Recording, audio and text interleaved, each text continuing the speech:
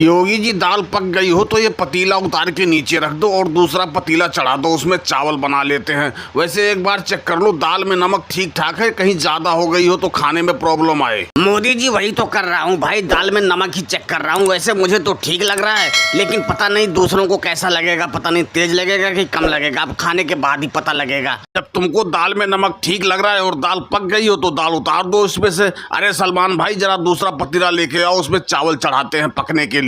मोदी जी पतीला तो मैं ले आया हूँ, पर ये बहुत गंदा है, इसको धोना पड़ेगा। अरे राहुल भैया जरा ये पतीला धो के और मोदी जी को दे दो, इसमें चावल चढ़ा दे। सलमान खान तुमको दिख नहीं रहा है मैं लहसुन छील रहा हूँ, अगर जो पतीला तुम ही धो दोगे कि क्या हो जाएगा। मैं इसीलिए तुमसे कह रहा था शादी कर लो, कम से कम ये झंझट ही खत्म रहेगा खाना बनाने का, लेकिन तुम शादी नहीं कर रहे हो। राहुल तुम मुझे समझा रहे हो शादी करने के लिए, तुम क्यों नहीं कर लिए? तुम्हारी भी उम्र तो 50 साल के करीब होने वाली है। अगर जो शादी कर लिए होते तो आज 2-4 बच्चे होते और ये बर्तन धोना ना पड़ता, लहसुन नहीं छिलना पड़ता, बीबी सारा काम करके देती। अरे अब तुमसे क्या बताऊं सलमान खान भाई, मैं तो शादी करने के लिए सोच ही रहा था, लेकिन मेरी मम्मी कहती है अभी तुम बच्चे हो, थोड़े और बड़े हो जाओ फिर शादी करना। इसी चक्कर में मैं रह गया, अभी तक शादी नहीं हुई। लेकिन बताओ योगी जी क्यों नहीं शादी की? इनका भी तो बुढ़ापा आ गया है। देखो राहुल मेरे बारे में तो कुछ कहना मत, क्योंकि मैं सन्यासी आदमी हूँ तो इसलिए शादी नहीं करा। बचपन से सन्यास ले लिया तो कौन लौटिया देता हमको शादी करने के लिए,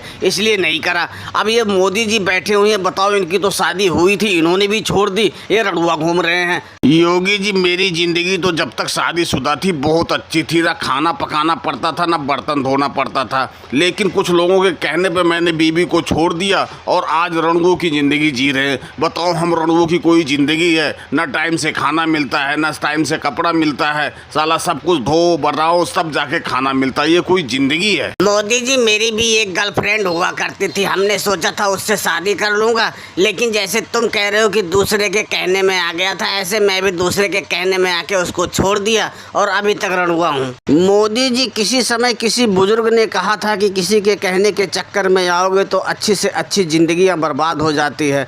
बताओ हमें अपने खुद से हाथों से काम करते करते हमारी हाथों की रेखा मिट जा रही है। बताओ ये रणुओं की ज़िंदगी कोई ज़िंदगी है? और दोस्तों वीडियो पसंद आई हो तो वीडियो को लाइक और सब्सक्राइब करना ना भूलें। धन्यवाद।